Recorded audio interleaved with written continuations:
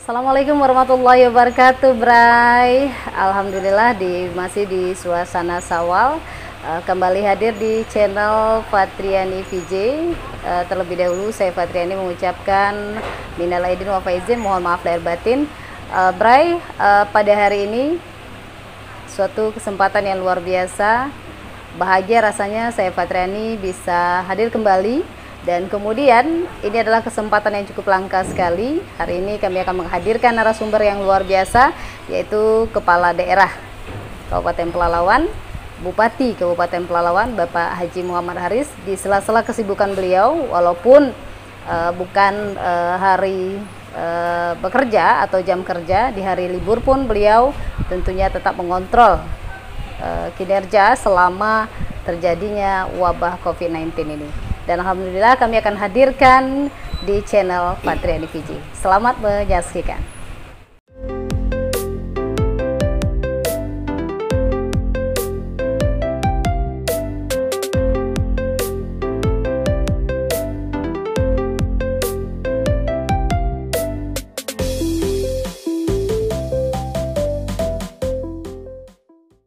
Tuan HM Haris, pemimpin Pelalawan, Langgam adalah tempat masa kecilmu.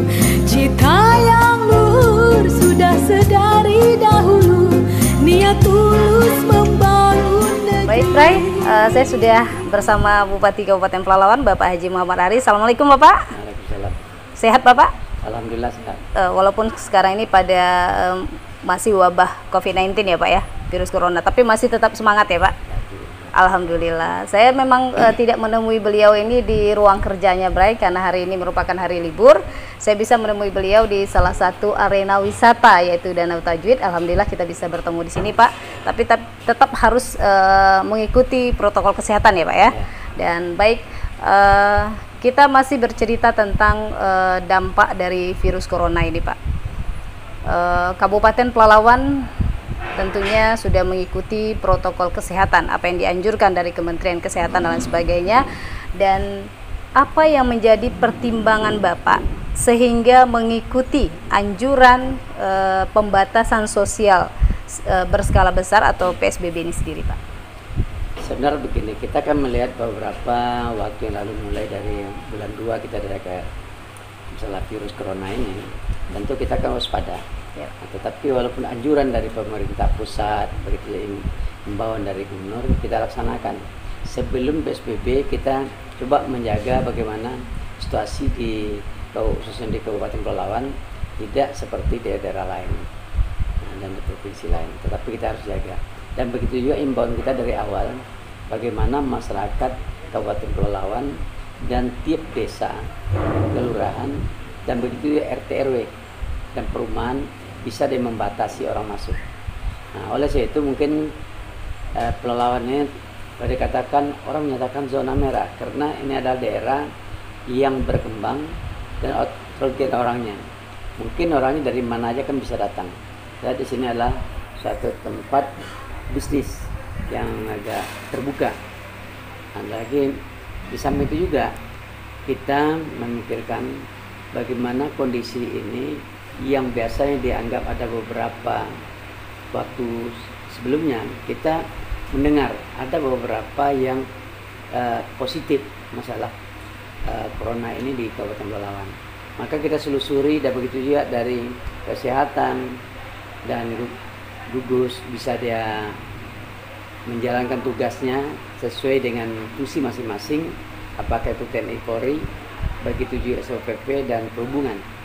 Dan begitu juga dari kesehatan sendiri, seluruh puskesmas di samping rumah sakit daerah, rumah sakit swasta, puskesmas sampai ke postu dan bahkan puskesdes mendata siapa yang telah masuk di desa ada orang yang baru dan dari mana, apakah itu diperiksa semua. Nah, walaupun kemarin kita lihat mendengar bahwa ada di Pelalawan yang positif, ternyata akhirnya setelah diobati, syukur alhamdulillah sudah kembali normal ya Pak? Kembali normal dan dipulangkan ke rumahnya. Baik, kemudian Pak, dengan pemberlakuan PSBB ini dampaknya bagi pemerintah daerah itu apa Pak? PSBB kita dari awal kita kan masih menangguhkan PSBB masih. Itu saya bilang kan, kenapa kita lambat PSBB kemarin? Kita yang diberlakukan di SPB kita sudah lakukan. Mungkin pertama kali libur sekolah, yang kedua perkumpulan bagi masyarakat, nah, yang ketiga mungkin masalah alat masker. Nah ini kan harus kita apakan, begitu juga rumah dan tempat-tempat pertemuan, cara ibadah dan sosial, pasar, dan cuci tangan yang disiapkan. Begitu juga masyarakatnya memakai masker ini dan sarung tangan. Ternyata ini kan dilakukan. Oleh sebab itu, tetapi karena kita melihat situasi yang berkembang dan begitu juga masih adanya orang yang pendatang, kemarin terjadi ada dari Saudi Arabia sekolah, dan begitu juga dari Jawa Timur, dari pesantren Magetan. Nah, ini semuanya ke peluang cukup banyak, dan begitu juga pertemuan dari jemaah tabligh yang dari Malaysia. Nah, ini kita lebih waspada. Maka kita lakukan PSBB ini karena harus ada tindakan, kepastian hukumnya. Jadi mana masyarakat, saya bilang dari awal tadi, sudah mematuhi ketentuan ini sebelum PSBB. Nah, tapi kita memperketat lagi, mungkin nggak terjadi. Nah, maka kita dalam RT itu kan ada di bawah 1%, berarti bisa dia melakukan neo formal. Nah, maka kita kemarin pertemuan sama Pak Pikon sama Gubernur, begitu juga Polda dan instansi terkait semuanya dari provinsi, begitu ya, antar kabupaten, bupati, wali kota hadir semua di dalam Pikon ini. Nah kita lihat, kita nyampaikan, karena di pelalawan kita lihat kalau misalnya angka dari di bawah 1%, maka kita tidak bisa melakukan new normal. Nah ini itu saya tolak langsung sama Pak Gubernur kemarin, kalau bisa kami tidak diperpanjang PSBB. Walaupun kita kemarin dari awal 14 hari kita lakukan 7 hari sosialisasi tidak selesai, dan kita minta sama Pak Gubernur tambah 3 hari lagi. Ternyata habis Lebaran, habis jangka waktunya. Nah kita cek semua. Dengan demikian maka lihat khusus Pelalawan itu 0,75. Nah kalau Riau kan boleh dikatakan 0,88. Nah maka kita termasuk juga dari 25 kabupaten provinsi, kabupaten kota se-Indonesia yang dinyatakan bisa tidak memperpanjang PSBB, tetapi adalah yang normal. Nah maka ini kita lakukan karena apa? Pertimbangan kita yang pertama masalah ekonomi masyarakat kecil. Nah, kita walaupun dalam pemberian sembako khusus Pelalawan, dan di samping pemerintah daerah, begitu juga perusahaan dan organisasi masyarakat, bahkan partai politik memberikan sumbangan. Nah kalau partai politik ada yang ke kadernya, ada yang silakan saja, ada ke umum silakan. Yang jelas masyarakat Pelalawan tidak berpartisipasi. Nah tapi kita tidak mungkin untuk selamanya masyarakat kita diberi bantuan sembako. Dia tidak tetap dia di rumah, tidak mungkin. Dia tidak bisa bekerja, tidak bisa jualan. Dia bagi masyarakat kecil. Nah dengan tidak PSBB ini, kita syukur alhamdulillah masyarakat dan mulai ekonominya jalan. Nah, tetapi kita tetap waspada. Maka kita anjurkan juga new normal ini jangan disangka kita tidak lagi memakai, tetap mematuhi daripada ketentuan protokol kesehatan. Baik, dengan pemberlakuan PSBB tersebut Pak, banyak sekali usaha menengah ke bawah itu mati, boleh dikatakan mati suri, karena memang dengan pemberlakuan PSBB ini dibatasi tentunya Pak ya, baik itu di rumah makan atau kafe-kafe. Nah bantuan pemerintah yang sudah Bapak singgung tadi, bagaimana bantuan pemerintah itu apa saja Pak untuk masyarakat yang tentunya terdampak khusus dari COVID-19? Yang terdampak itu kita mana daerah yang udah kita isolasi ya. Misalnya ada suatu perumahan, satu komplek, kita tidak boleh orang ini keluar dan tidak boleh orang lain masuk. Nah, maka itu kita bantu khusus dari daerah sendiri masalah sembako. Sembako ini bermacam-macam, tapi yang terpenting di dalam itu ada beras. Apapun Beras, tambahan nanti minyak, gula dan sumpar mie dan sarden dan lain-lain silakan. Tapi yang terpenting harus ada beras. Beras ini ya, pokok ya. Iya. Di samping itu juga dari pemerintah pusat dan melakukan juga masalah dana tunai yang dibantu, dan begitu dari kita PKH, dari ya, Pak? PKH dan begitu juga kita dari desa dana DD jadi dilakukan per desa yang bayar 600.000 per kakak ini per 3 bulan. Ini sebenarnya kita lakukan, tetapi walaupun demikian kita menghukum masyarakat tidak keluar rumah, tidak aktivitasnya ekonomi jual beli atau bisa usaha, itu nggak mungkin. Nah, maka kita dan ngambil satu keputusan bahwa itu tidak diperpanjang. Tidak diperpanjang. Nah, ini menarik sekali, Pak. Bagi masyarakat yang pemilik usaha makanan kecil menengah ke bawah itu menyambut gembira dengan tidak memperpanjang PSBB tadi. Dan ini menarik sekali bagi semua, bahwa apa alasan Bapak sehingga Bapak tidak mengikuti anjuran memperpanjang, justru Bapak mengikuti yaitu tahap new normal ini sendiri. Apa menjadi pertimbangan Bapak? Pertimbangan pertama saya bilang kan, pertama kali kita bagaimana masyarakat bisa berusaha kembali. Berusaha kembali. Hidup ekonomi kita. Saya sekarang boleh dikatakan dengan kita mulai dari corona ini kita ada keperketat sebenarnya. Jam malamnya udah kita lakukan sampai jam berapa, dan dari jam 9 malam dia harus tutup, jam 4 baru buka kembali, tetapi terbatas.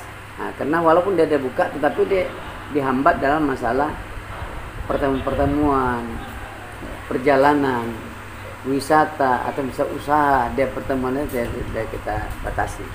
Nah, oleh sebab itu mungkin karena ini kita coba bagaimana masyarakat ini udah bisa dia bebas gitu, tetapi tetap melakukan protokol kesehatan. Baik. Nah, ini Pak, kalau pada saat ini alhamdulillah masuk di minggu pertama pemberlakuan new normal. Bagaimana dengan kinerja ASN? ASN kita sebenarnya kita batasi ya. Yang pertama, kalau kemarin kita yang lebih penting itu yang teknis atau yang punya kebijakan, yang kebijakan di kantor dari dinas itu harus hadir, misalnya eselon 2, eselon 3. Yang punya eselon itu harus apa? Hadir.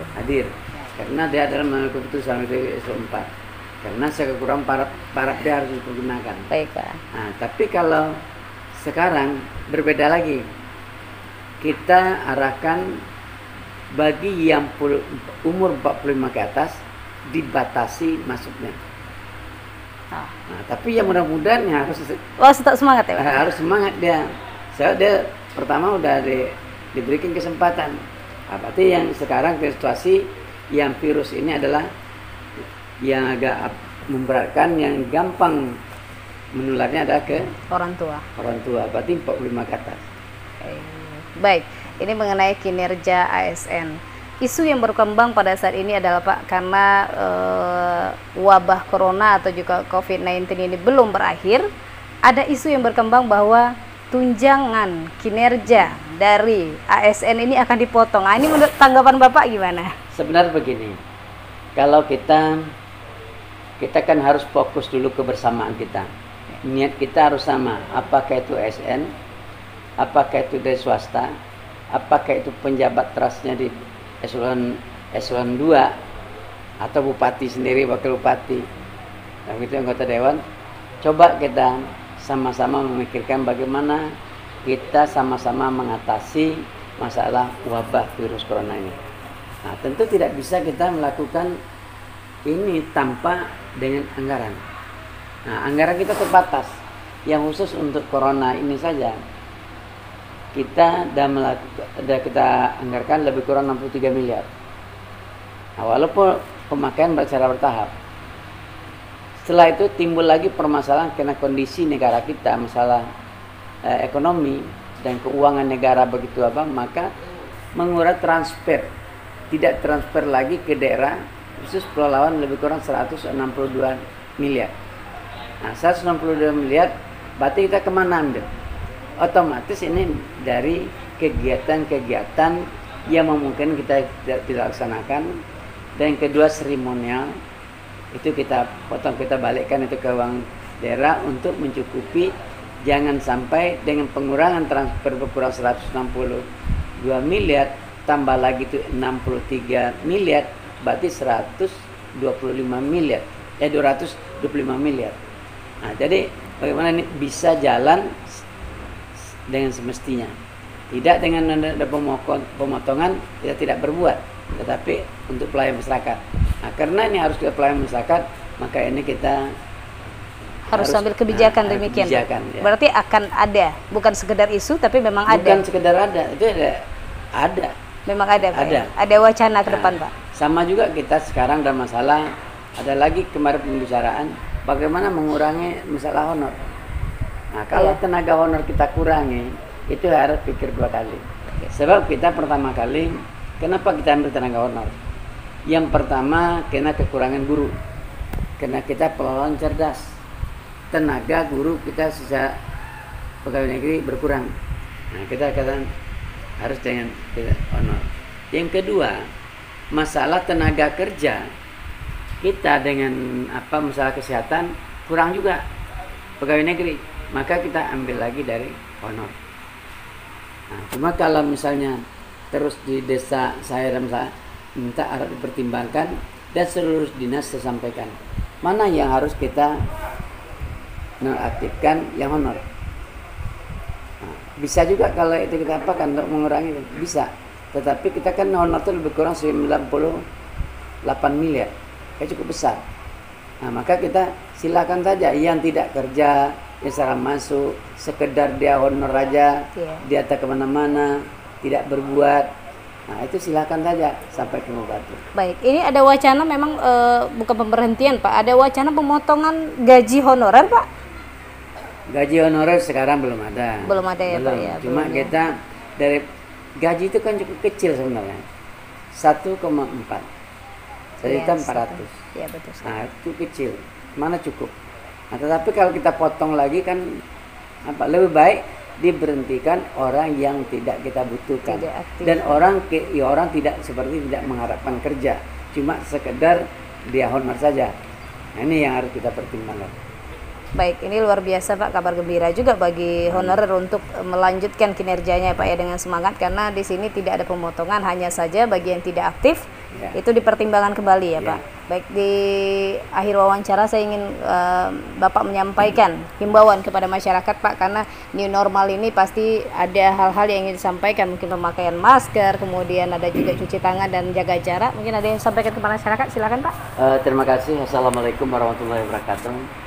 Saya Haji Muhammad Aris, Bupati Kabupaten Pelalawan, menghimbau kepada seluruh masyarakat Kabupaten Pelalawan khususnya, mari dengan situasi pertama kita ada menjalankan masalah bagaimana aturan masalah menghadapi pencegahan berkembangnya corona.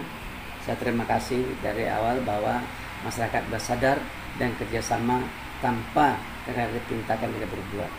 Yang kedua, kita melakukan PSBB kemarin lebih kurang diberi 14 hari, tapi kita laksanakan cuma 3 hari, bahwa kita sosialisasi 7 hari, tetapi kita tambah jadi 10 hari, berarti kan 4 hari kita lakukan. Syukur alhamdulillah dan kepedulian masyarakat nampaknya menjaga waktu, dan begitu juga masalah perkumpulan yang ramai dan berjalan pakai masker, rumah tangganya di rumah aja ada cuci tangan, mau masuk ke rumah, begitu tempat-tempat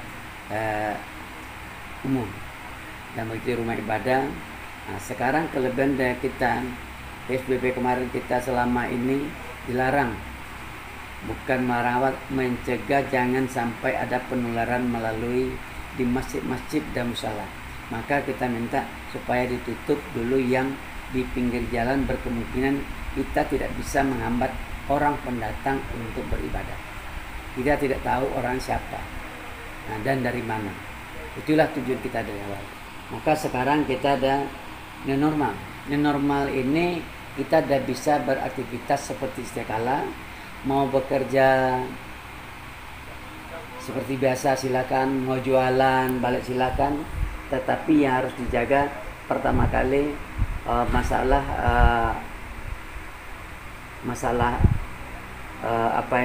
protokol kesehatan harus dilakukan. Bagaimana? Yang pertama menjaga jarak kita, tidak kurang dari 1 meter atau 2 meter lebih baik. Yang kedua harus pakai masker. Yang ketiga cuci tangan, bersihkan tangan, mau ke rumah mau apa tetap. Dan begitu juga kalau kita keluar rumah pergi ke daerah yang kalau memungkinkan diusahakan sarung tangan. Kalau tidak bisa jangan bersentuhan sama orang yang salaman. Nah, ini harus kita jaga bersama. Dan begitu juga di tempat-tempat umum, keramaian, jaga jarak. Dan perkumpulan jangan lebih daripada 5 orang dengan jarak yang telah ditentukan. Saya minta kepada masyarakat ini harus kita patuhi. Mudah-mudahan dengan kerjasama kita sama menjaga keluarga kita dan masyarakat kita dan tidak terjangkit oleh virus corona ini. Demikian, Assalamualaikum warahmatullahi wabarakatuh. Negeri tercinta pelalawan, negeri tercinta